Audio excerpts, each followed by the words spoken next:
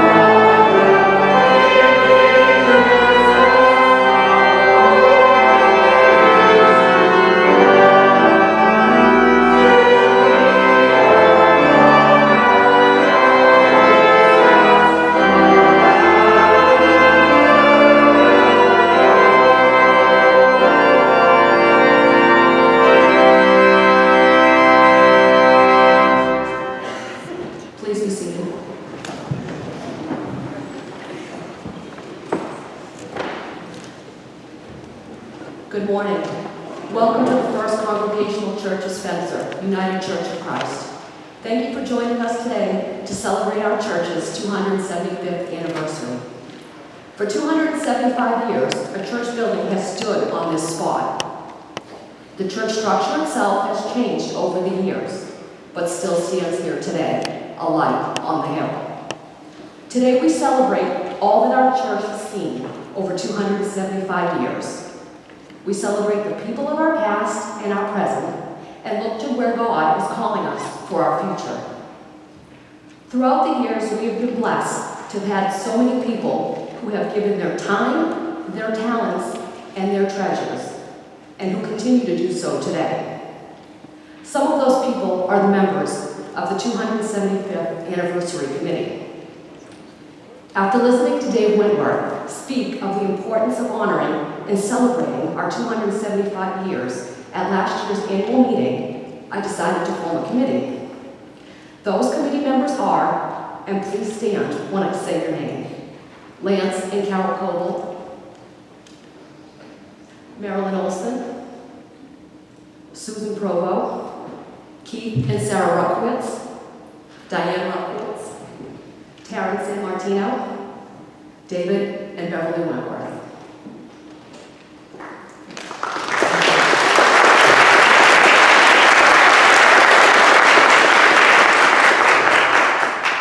It is their dedication and hard work that has brought us to today. When there was something that needed to be done, they came. They stuffed envelopes, they baked, they built a parade float, they set up tables, they took down tables. Whatever had to be done, they did it. I want to thank all of you for everything that you have done. I am so very grateful. Good job, Louise.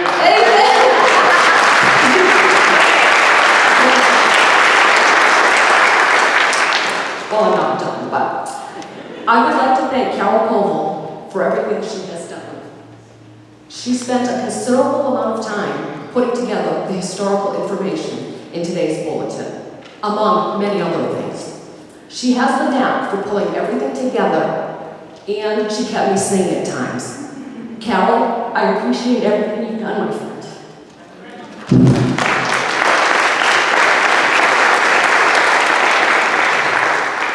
The committee would also like to thank Pastor Diane and all members of the congregation for their help and the support that has been given to us. We would like to thank Claire Harding and Melissa Rio for preparing today's bulletin and all of the inserts. We would also like to thank today's musicians, Greg Taros, Keith Rutkowitz, Sarah Rutkowitz, members of the choir, Derek Ingalls, Greg Afton, Brian Koenig, and Greta Koenig for the celebration of music. Today's hymns began with a selection from 1708 and will move forward through the centuries. We would like to thank John Zewa for our videotaping today.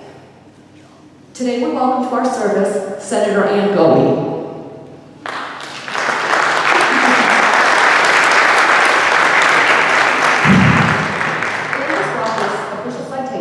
Says, be it known that the Massachusetts Senate hereby extends its congratulations to the First Congregational Church of Spencer, UCC, in recognition of your 275 years of providing care and compassion to the community through faith and fellowship.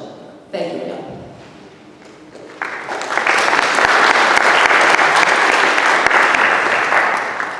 We would also like to welcome Reverend Dwayne Herron and his wife Linda. Reverend Herron was the minister here from 1965 until 1969. He was a member of the Navy Reserve and was called to active duty in February of 1969. He preached his farewell sermon here on April 27th. He is currently the minister of Enon Valley Presbyterian Church in Pennsylvania. We'd like to welcome Reverend Richard Jones and his wife Dawn. Reverend Jones was a minister here from 1984 until his retirement in 2006. He is currently the minister of the Memorial Church, Congregational Church in Baldwinville. We would like to welcome Dave Cody and his wife Dee. Dave was our sabbatical minister in 2014. Now it is my pleasure to welcome and introduce Professor Rick Hilliard. Rick is a member of the board of the Massachusetts Conference of the United Church of Christ and the moderator of the Central Association Board. Professor Hilliard.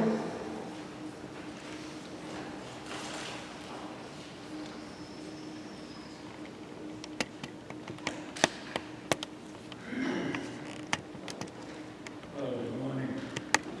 Good morning, my brothers and sisters. I am delighted to be here with you.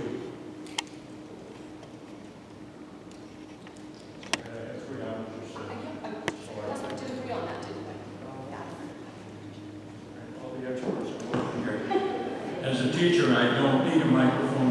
It helps. So, may God be with you.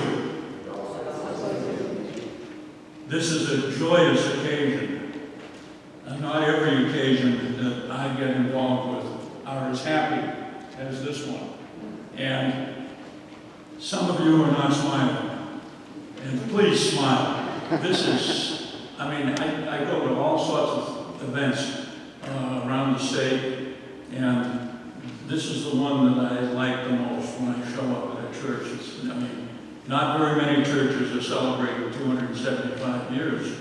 There's fewer than a handful, but nonetheless, I want to, in a minute, bring congratulations to you from the wider church.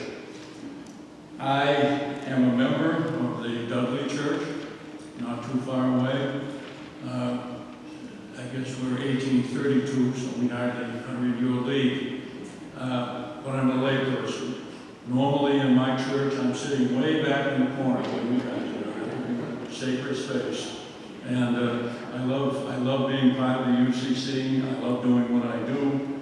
And I am here representing the board. I thought that given that we're trying to make this service 3 hours, I believe I was told you're trying to stretch it to 3 hours so that we can be the way it was 275 years ago when they rode over here from Leicester. the horses, and the horses waited outside, and whatever they do, chatted with each other. And everybody came in, and if they fell asleep, somebody took a feather and put it under their nose. But I have some bad news. I did not prepare a 3-hour presentation. The good news is I prepared a 3-minute presentation. But there's more bad news. I haven't started my 3 minutes yet. This is phenomenal. This is phenomenal. I'm sure somebody during the service is going to tell you a lot more about the history of this church. But my vision, and I've been here many times, my vision of this church is the spinning church. Right now I'm looking south. If I'd been here prior to whatever it was, 1838 or something, I would have been facing that way. They turned, you know more about it than I. I have two spinning churches in Massachusetts that I know about, and you were one of them. And so 275 years is neat, but actually having the whole church spread around is even more exciting as far as I'm concerned. So I bring greetings.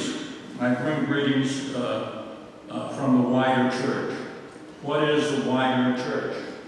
The wider church is what's outside of the walls here. Massachusetts is wider church. The wider church, from our standpoint, is here in the western part of the area. The wider church is about 638 churches here in Massachusetts. Soon we will be involved with an equal number from Connecticut and Rhode Island. There are things going on that are very exciting. So I'm bringing greetings from the 630 churches.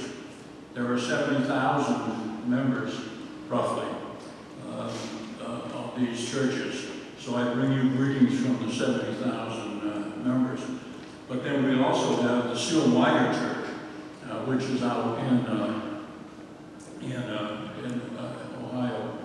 And we have probably 5,000 churches now, 5,000 churches all over the world. We also have well over 1 million members.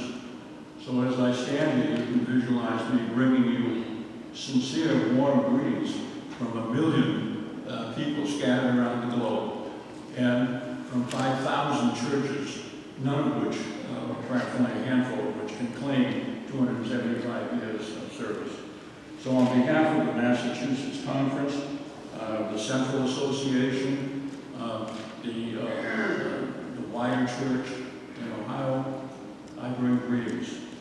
God is good. God has been good to you, and I know God will continue to be very, very good as we move forward together.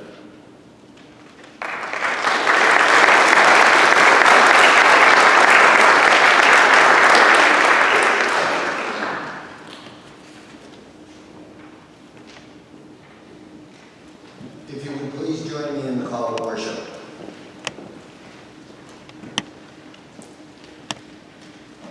For the worship of God in prayer and praise, for the preaching of the word, for the celebration of the holy sacraments. We give thanks.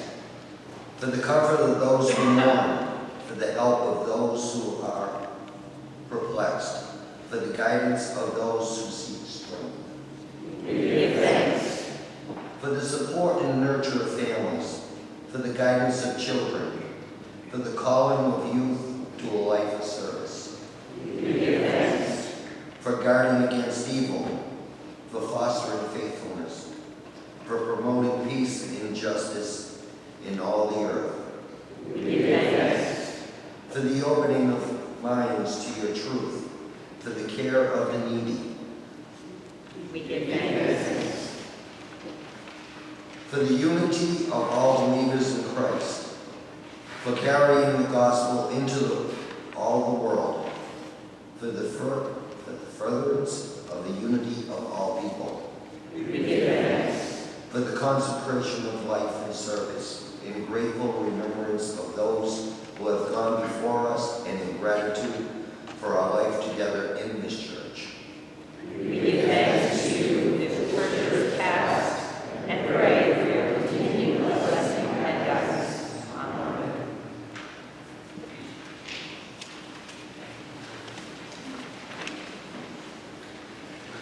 Our next hymn is an insert in your bulletin called Looking Back, Oh God, We Wonder.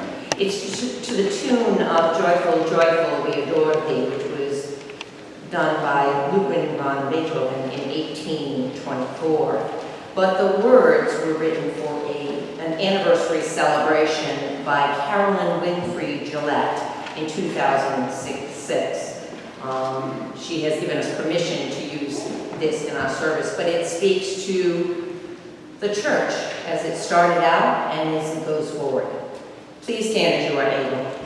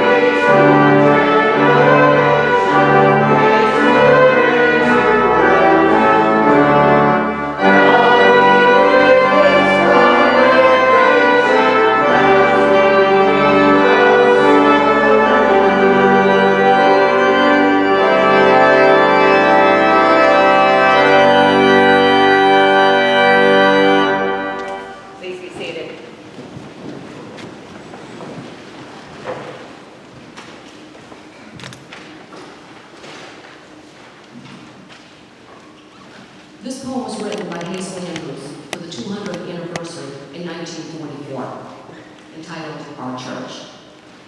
For 200 years, our church has stood, a day at a time,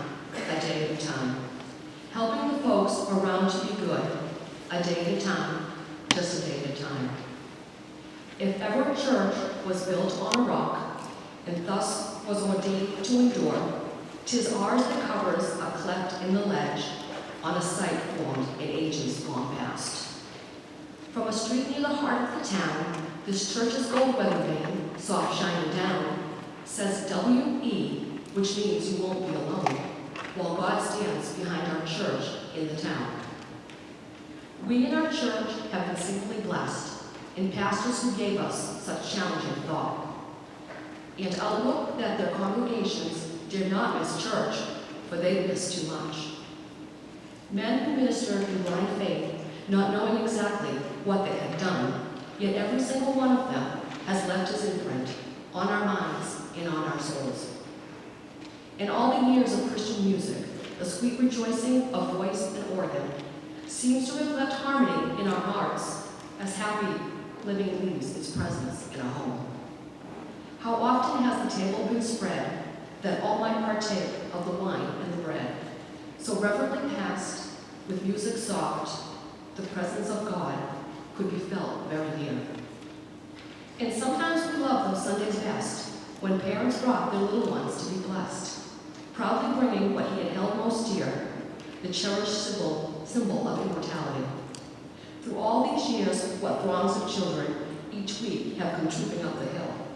Dressed in Sunday best, faces bright with promise, we all promise more than we fulfill.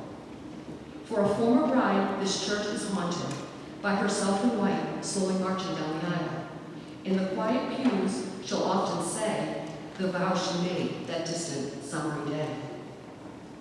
And all the faithful women of the church, like kindly Dorcas of old Bible days, who have picked their boxes, sewed their garments, and produced suppers that made many hearts rejoice.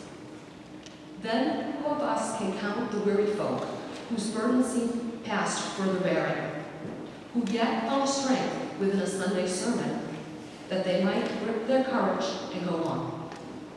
What lasting influence in 200 years our church must have had on the folks in this town.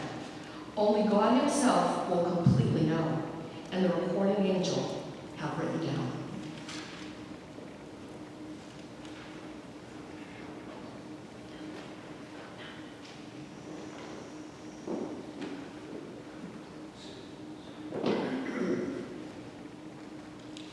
The following reading is taken from a book written by Reverend Carlos Strait.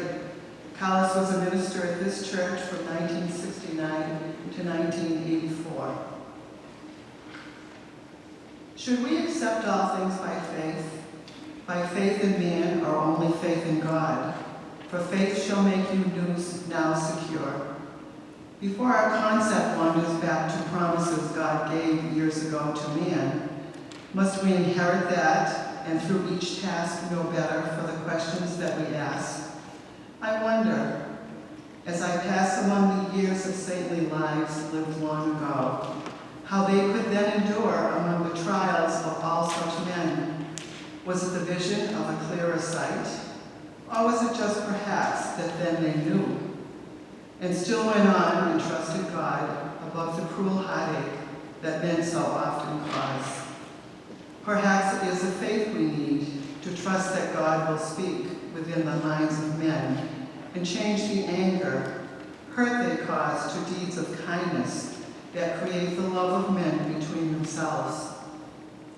I wait, O wicked world, my faith grows weak, not in the thought that God just fails to speak, but in that calloused mind of man that listens blankly to the cry of God, and lifts and swings his head to seek approval of a higher plateau, and only hears the people's praise and wanders blindly down the road of life. O faith, I seek thee in the dark of night, a million fears, 100 thoughts. Where art thou now? Come from the prophets of the ancient, winged upon a cloud of fire, and seek us out who fail to seek thee first. And let us follow through these days by faith, by God, and let us turn the eyes of men to envy, who never knew a God, who thought themselves. O faith, before thy grave I lie, for faith has given hope beyond such death. We need a faith in life, in man. Restore to us the vision of thy ways.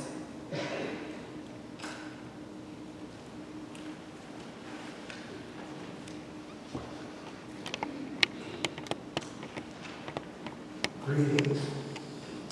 I'm reminded of that story of a church getting ready to celebrate their anniversary. They asked the Sunday school class how would they describe the church. And the one boy said, it's like a chocolate brownie. sweet and gooey, scattered with a few nuts.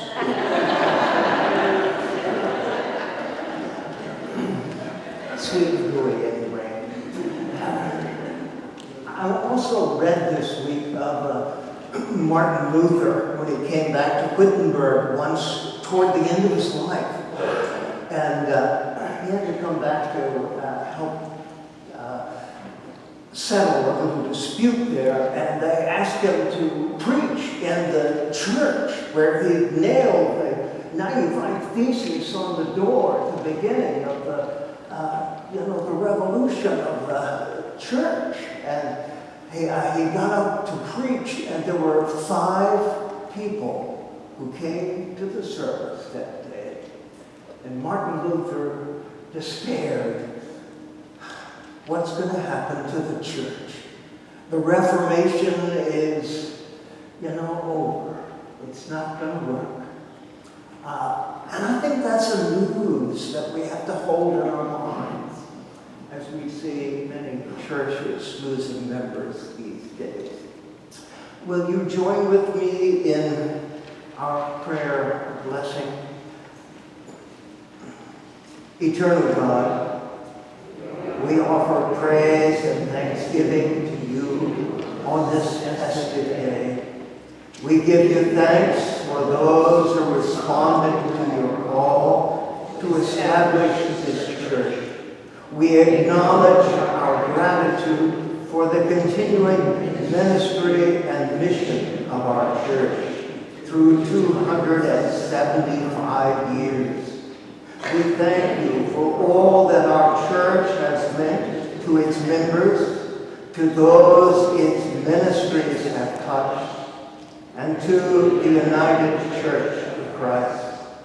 In tender memory, we rejoice at the inspiration which has been found here through the preaching of your word, through the singing of hymns to your praise, and through the sharing of life-sustaining sacraments. Look upon us this day with mercy. Bless us as we reconsecrate ourselves to you. Sanctify our lives and our work through this church. Help us to preserve the best of our past and to be open to an expanding vision of who you are calling this church to become. May this local church long continue to be a sign of your Spirit and a witness to Jesus the Christ, in whose name we pray. Amen. Please join in the Lord's Prayer. Our Father, who art in heaven, hallowed be thy name. Thy kingdom come, thy will be done, on earth as it is in heaven. Give us this day our daily bread, and forgive us our debts, as we forgive our debtors. And lead us not into temptation, but deliver us from evil. For thine is the kingdom, and the power, and the glory, forever and ever. Amen.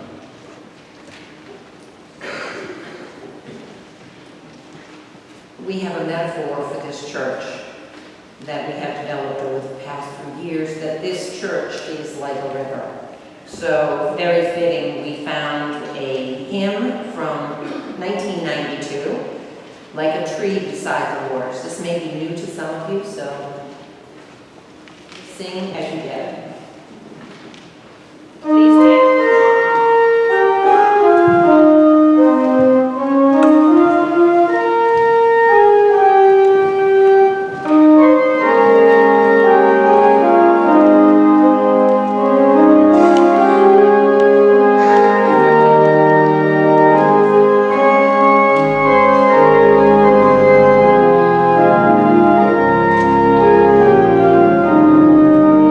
Thank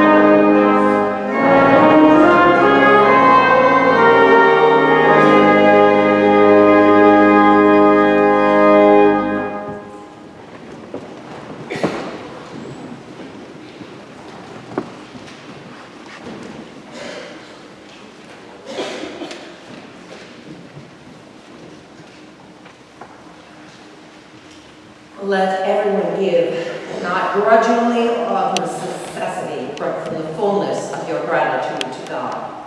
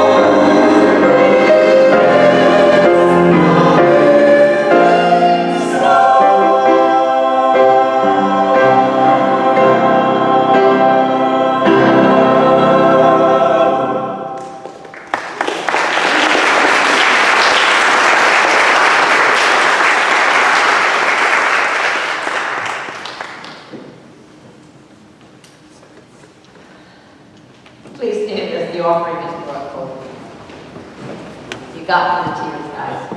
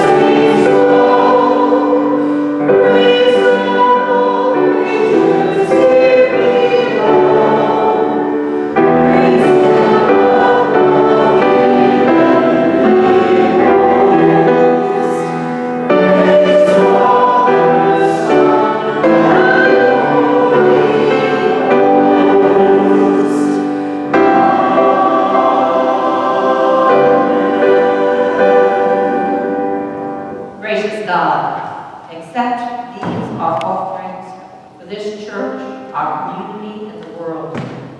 Guide us to use them with your wisdom, your compassion, your prudence, and your justice. Amen.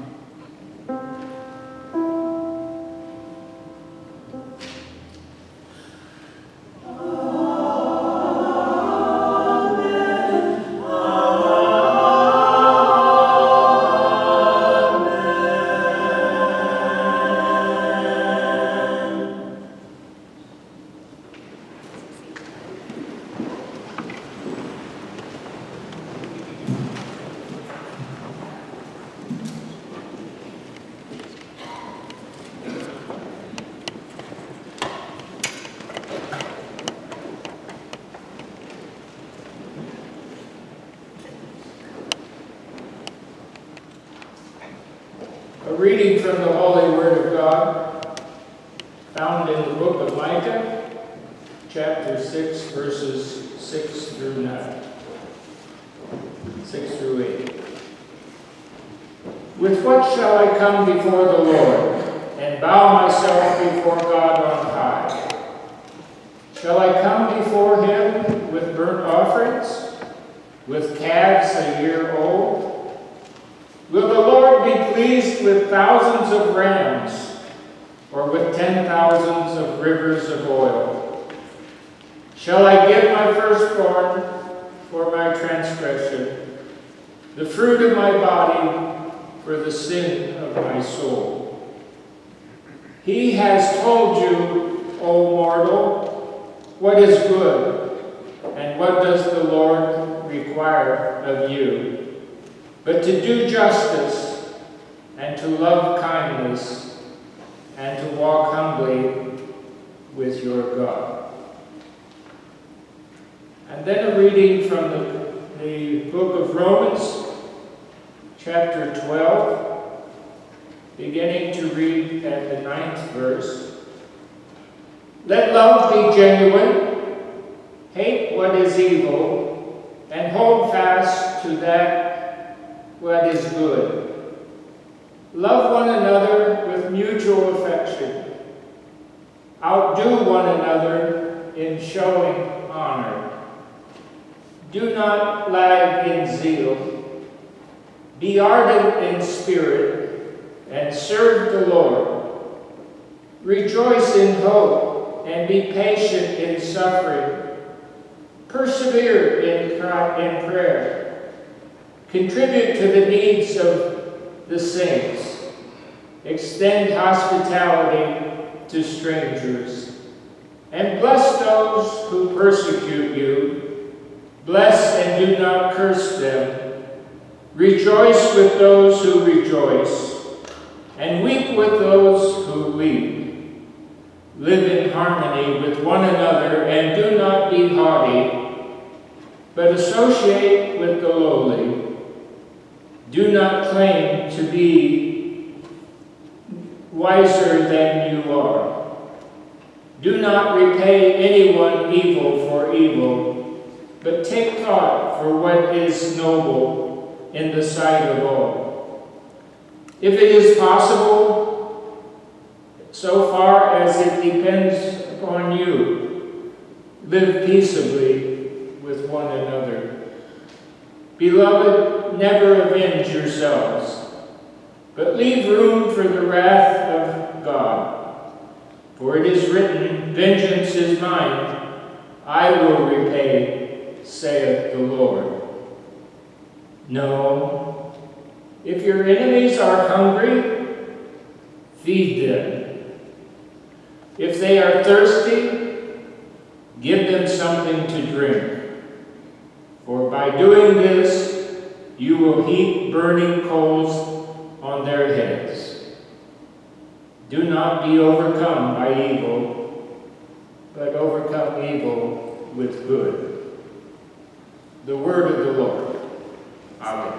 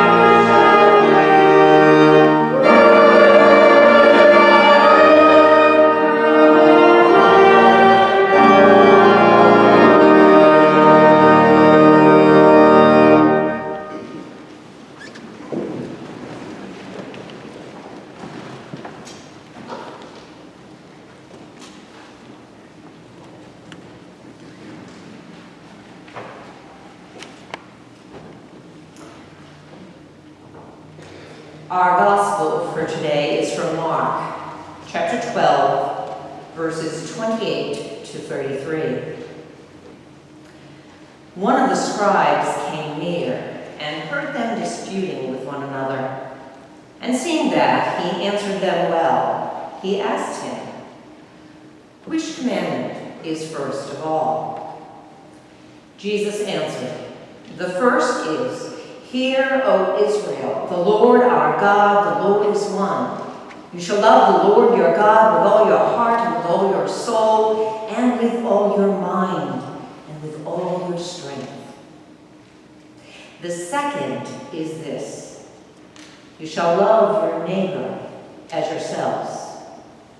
There is no other commandment greater than these." Then the scribe said to him, "You are right, teacher. You have truly said that he is one, and besides him there is no other.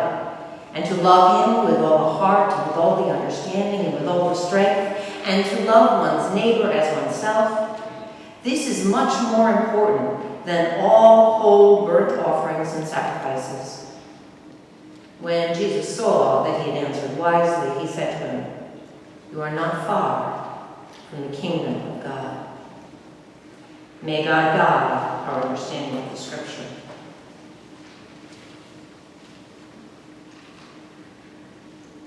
What a day this is, our 275th anniversary. If you notice, we sang a hymn from Carolyn Winfrey Gillette, "Looking Back, O God, we wonder." If you really look at that hymn and the words, each verse covers a time period. It starts in verse 1 with the early settlers, the founders of this church. The second verse goes to the traditions of word and sacrament, or in our language as we know today, who we are. The third verse looks to our community, or who is our neighbor. And the fourth looks to who God is calling this church to become. It's a frequent refrain that people have heard over the past 3 years here. Now, time is a funny thing. We humans, we're all mortal, and we have this natural bit of time on this earth allotted to us. Time we can use for good, for evil, to take care of ourselves, to take care of others. Some of us, though, especially now, live at such a frenzied pace We try to get everything done perfectly, and everything done yesterday. Anybody understand that? Yeah, a lot of us do. Our lives are busy, and they're dramatic because there is so much going on.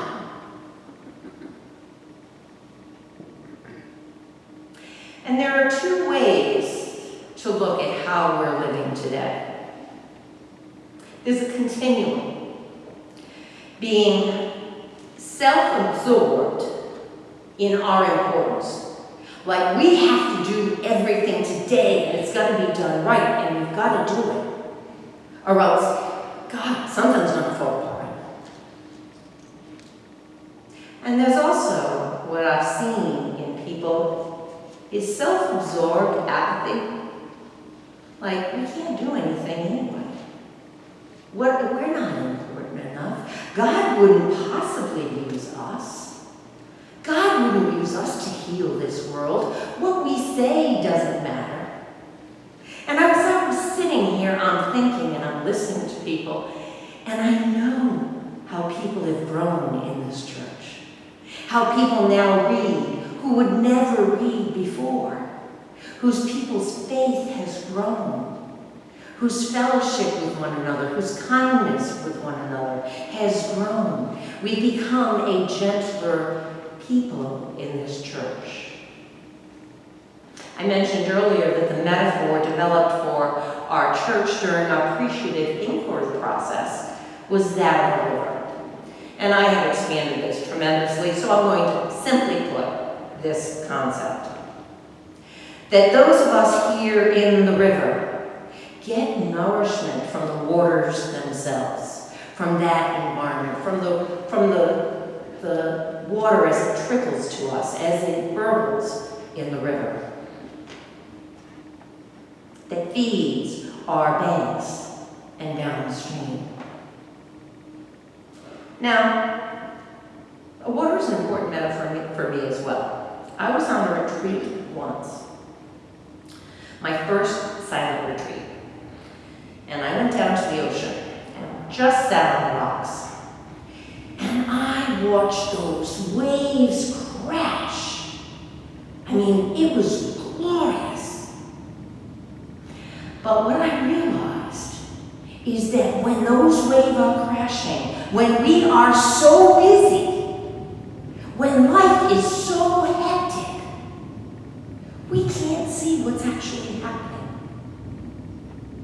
Those crashing waves are pulling, rearranging, filling all those places that are dry, taking out what's decayed. But do we see that? When we're so busy, when we're so self-absorbed in our busy lives, do we see that happening? Do we see that water dispelling the stagnation? Transforming what's happening everywhere it hits, wearing down the rocks, changing things that happen over time. Remember, time is a funny thing. And as I was watching those rocks and those waves, I remembered my 2-year-old son. We had met at Beavertail in Rhode Island. It's a lighthouse, and it's really beautiful there. And as a 2-year-old, he just went to the pools, and he was so excited to get into the pools. So I took that inspiration, and I stayed by those pools. And what I saw there was life in abundance. It was common. It was no less real than the busyness of those waves. I cannot stand by the ocean without feeling both incredibly insignificant, a little speck on this time continuum that we have. And yet what I realized in that calm pool, where the water was trickling in and replenishing it, but very, very gently, that was incredibly significant. So I saw the continuum between myself even being both significant and insignificant. And I think that's what we need to capture about our lives in God. That in some ways we are all incredibly special. And yet in other ways, we are just part of God's creation. And what we do with that is important. God's time is eternal. And that's when I feel insignificant. Has anybody ever looked at a rug or a tapestry? Anybody here ever looked at the tapestry? And you look at the tapestry and you see the picture and it's absolutely gorgeous, right? What happens, and for those of you who sew and who have done quilts and who have crocheted, what happens on the bottom? You see all the knots. You see all the little colors and then they stop, and then another color starts, and then you see all the knots. I believe that that is like God. That's God looking down on creation, on all of us, on those folks 275 years ago that developed this church with an idea, a vision of where we would be and where we could grow. And yet, all we see are the knots. As Rick said earlier, all we see are the facts that, church is different than it used to be 275 years ago. In Paul's letter, first letter to the Corinthians, chapter 13, he says, "Now I see only in part. Then I will know fully, even as I have been fully known. And now faith, hope, and love abide, these three. And the greatest of these are love." As I was selecting the text for today, I chose Micah, primarily because Micah tells us what God requires of us. To do justice, to love kindness, and to humbly walk with God. I chose Romans because it talks about the marks of a true Christian. So when you go home, look at these differently. See where you fit in these scriptures. Because Paul reminds us to be genuine in our love and to hate evil and not to seek vengeance. He goes on even to say to feed our enemies and overcome evil with good. And then the New Testament mark was Jesus' commandments to love both God, ourselves, and our neighbors. So today I'm going to focus on love. Love for God and from God. The key to this is especially in Romans. We are to love everyone, not just those who think like us, who look like us, who may have the same amount of money as we have, the same ideas we have. We are to love people that seem unlovable. That's hard to do, isn't it?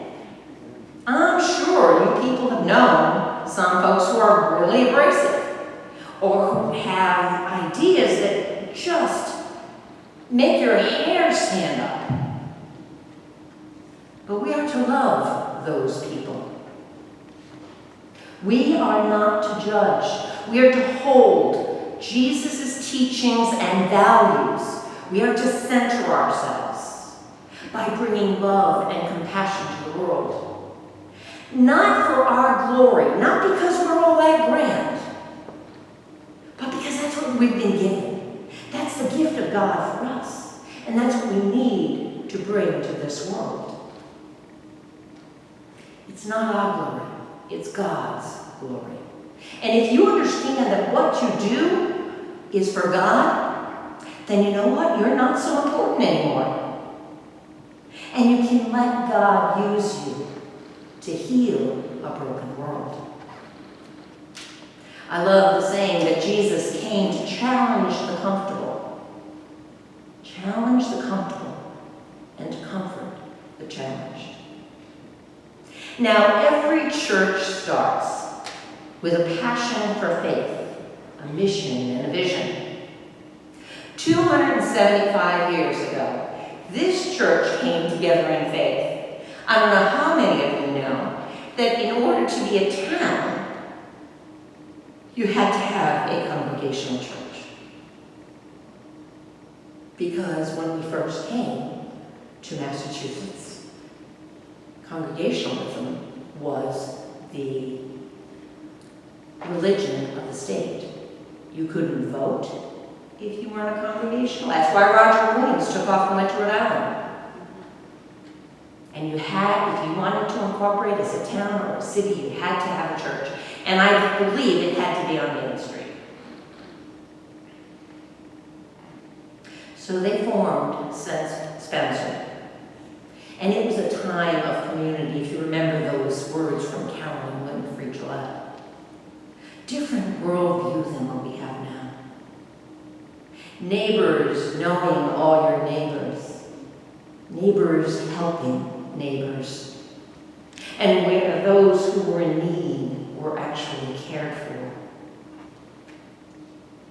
Through our ongoing sermon here at First Congregational Church of Spencer, we believe that God is leading us back into the community.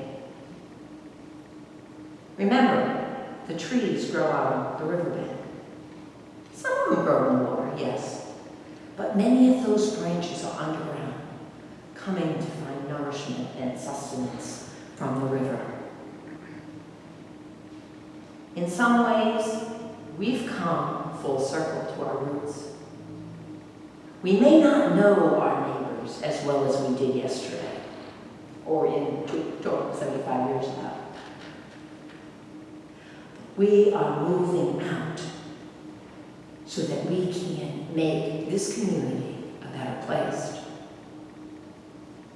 Nourished in faith and fellowship, as Paul proclaims to the Romans, we need to live in harmony with one another. And the church kind of regrets this. They want to see these pews all filled. And so what we try to do is bring what we used to do to this new time and this new place. We're trying to build roots in a world that is increasingly unrooted, untethered. We've got the global global village that we all know about now. We have the internet that brings us to ideas and peoples and access to information that we could never have imagined 275 years ago. Social media has brought people together, but that's a plus and a minus, because we don't know our neighbors as we once did. We can sit on our social media platforms and find out what's going on with our friends and family, but are we having a block party? Are we bringing a dinner dish over to people who just moved in across the street? How are we reaching out? And how can we evolve to be more relevant for our community? The old rules of flocking to the church because it's the center of town no longer apply. And this church is beginning to embrace the mission of outreach. There's a wonderful quote from the film, Do You Believe? It was a film study that we did during Lent. And I just thought it was wonderful.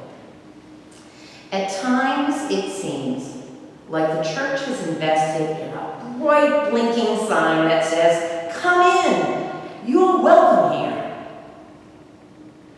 Sometimes we never take the actual step outside into the world to encounter the people who really need our help. These hopeless people may be standing in the parking lot, terrified to come in, while we stand inside, terrified to go out. Remember, those trees grow on the banks of the river. In your actions and relationships, may Jesus be present in your lives. May you understand the source of your being and your giftedness as from God. And with that, may this church, as we go forth, as we think about what might even happen 275 years from now, may we go forth and transform the world, guided by God's vision. Not because we're so important, not because we have the right answers, but because God inspires us. We are God's children. And God is the person to judge, not us. May God, 275 years from now, be pleased. Amen.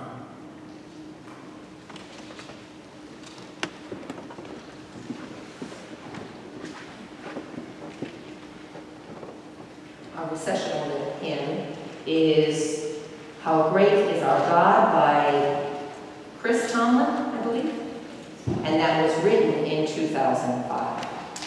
Please stand as you are able.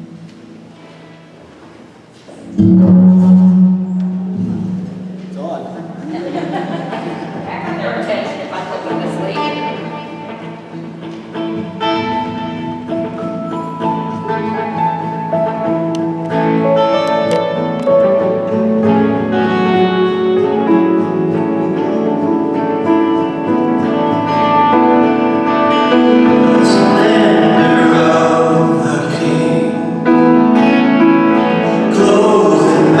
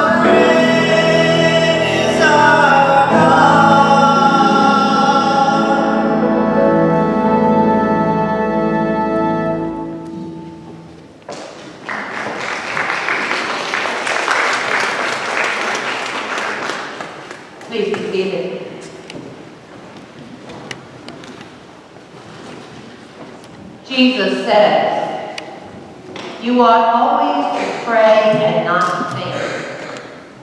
Do not pray for easy lives. Pray to be stronger men and women.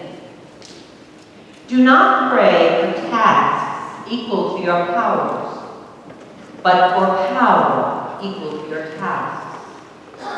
Then the doing of your work will be no miracle. You will be the miracle. Every day you will wonder at yourself and richness of love, which has come to you by the grace of God."